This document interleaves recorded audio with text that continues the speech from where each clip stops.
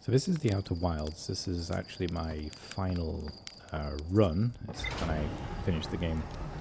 I figured it out a little bit earlier, thanks to sort of putting like a couple of clues together, which I think were quite subtle, but they do sort of give it away. And that is mostly about getting to the center of the Ash Twin project.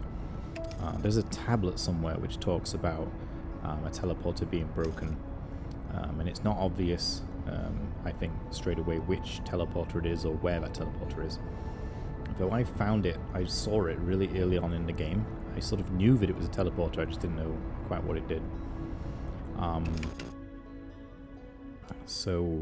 Yeah, so what I'm going to do is I'm just going to mostly shut up and let you watch. But basically the idea here is now is that I know the coordinates of the Eye of the Universe. I'm not going to give too many spoilers as to what happens at the end, although maybe it doesn't matter at this point.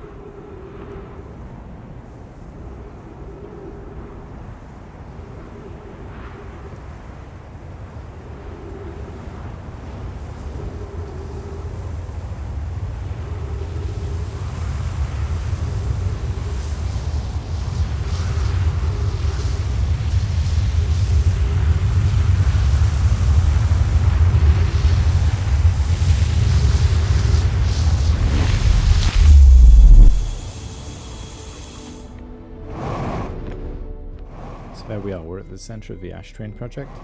I think the first time I came here I spent a long time reading these tablets, and these tablets really tell you exactly what the alien race were trying to do, and it's pretty sad actually when you come to the realization, since you're probably watching this, if anybody does, to either know how to finish the game, or perhaps you're interested in a little bit of the story. But essentially the alien race were looking for the eye of the universe. They came to this solar system because they thought they'd found some signature of it, and they became stranded. And they essentially set up a system by which they were going to cause the sun to go supernova and trap the system in a time loop, which would then allow them to fire essentially a probe into space, into different coordinates where they thought the eye of the universe would exist. And unfortunately, very sadly, this project didn't work. The project to artificially make the supernova, the sun go supernova, it just didn't work. And so lots of the tablets are discussing like their fate, that unfortunately none of them are going to be around to see this happen, since they have to wait for this to happen naturally. And this is actually what's happening in this game. You are sort of at the end of the universe. All of the stars are slowly going supernova, and so you're naturally stuck in this time loop for around 20 minutes, and this has been going on and on and on. The reason why you remember is because of course, the statue which you gazed into at the beginning of the game. And in that room is kind of like the mask room. And you'll notice that there are 3, I think, masks active. One is yourself. One is another one of the explorers, who makes a comment about thinking that he's stuck in a time loop. And the other one is one of the aliens, I think, which you meet on the quantum moon. So you'll have to excuse the slowness of the Bramble section, and the reason is that I'm actually playing on keyboard and mouse rather than gamepad. And this means that whenever I'm facing anglerfish, I can't use thrusters at all. A friend of mine who recommended this game, thanks Matt, he used a controller, and he basically said that if you use very, very small thrust, you can essentially evade the anglerfish. But as you can see, I'm almost always 100% thrust, and that's because I'm on keyboard.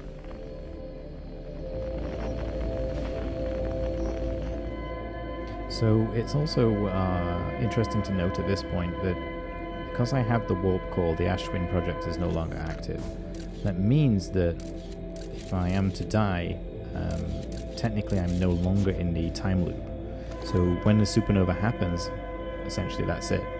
So if you die at this point, it basically says you died, rather than you having the image of the mask and having time replay. There's a couple of other places that can happen. The other one is where you can actually destroy reality, which is a really, really cool. It's a really, really cool thing. So yeah, maybe do a search on YouTube for that.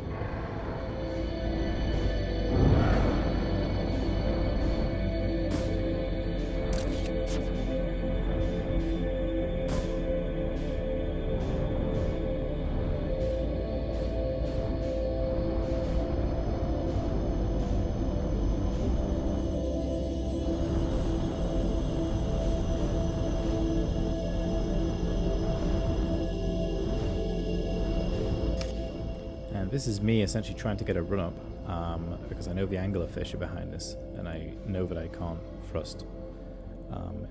Those warp zones don't actually carry too much momentum, but I know that I've got to just kind of keep drifting. And so, yeah, apologies, this section is a little bit long.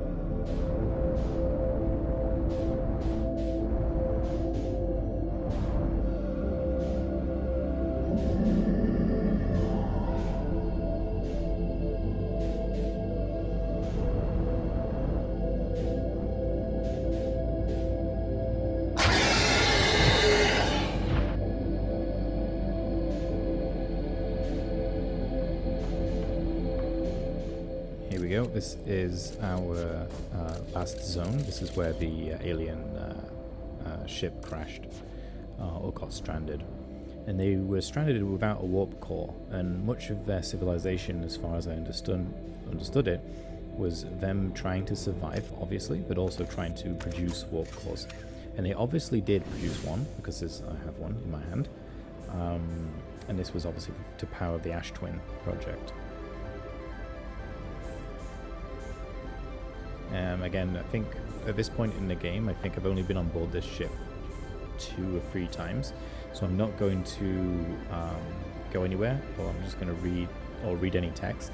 I'm literally just shooting for goal, and I actually make a mistake, and so if you're thinking you're running out of time, you actually have more time than you might expect. My mistake is actually this one, so I enter the coordinates, which is itself not a mistake, but I don't activate the mechanism in the correct order. I sort of misinterpret what's supposed to happen.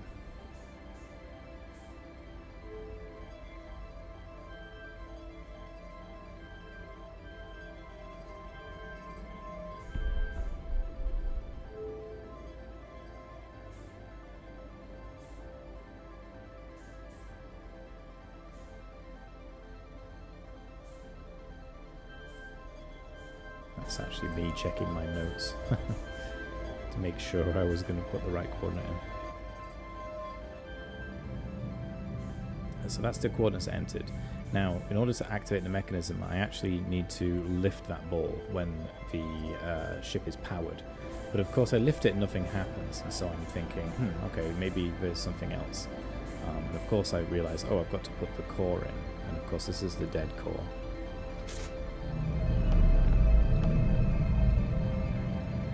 And since everything sort of locks and resets, I sort of think, well, maybe, what about this? And of course this little warp portal, black hole, wormhole thing opens up, so I just go through it. And of course that teleports me back outside, which is actually not what I wanted to do. So I made it back in, and I entered the coordinates, and this is actually what you're supposed to do. And at this point, I think I'm just going to be quiet, mostly because, as I said, this playthrough was me actually playing through this for the first time. And so it involves me doing some problem solving. I haven't shortened the problem solving at all. So there's a few places where I'm being rather dumb, to be honest. So this is by no means a polished walkthrough. You can see me kind of on the fly figuring it out. Of course, this is where you're supposed to warp outside. This is actually what you're supposed to do. Yeah, so I really enjoyed this game. It was recommended to me by a friend, and I think it was well worth the cash. It's not a long game, but is incredibly interesting. A friend of mine described it as being somewhere cross between anthropology and camping, with the old sort of music and how you find certain clues. So yeah, brilliant game.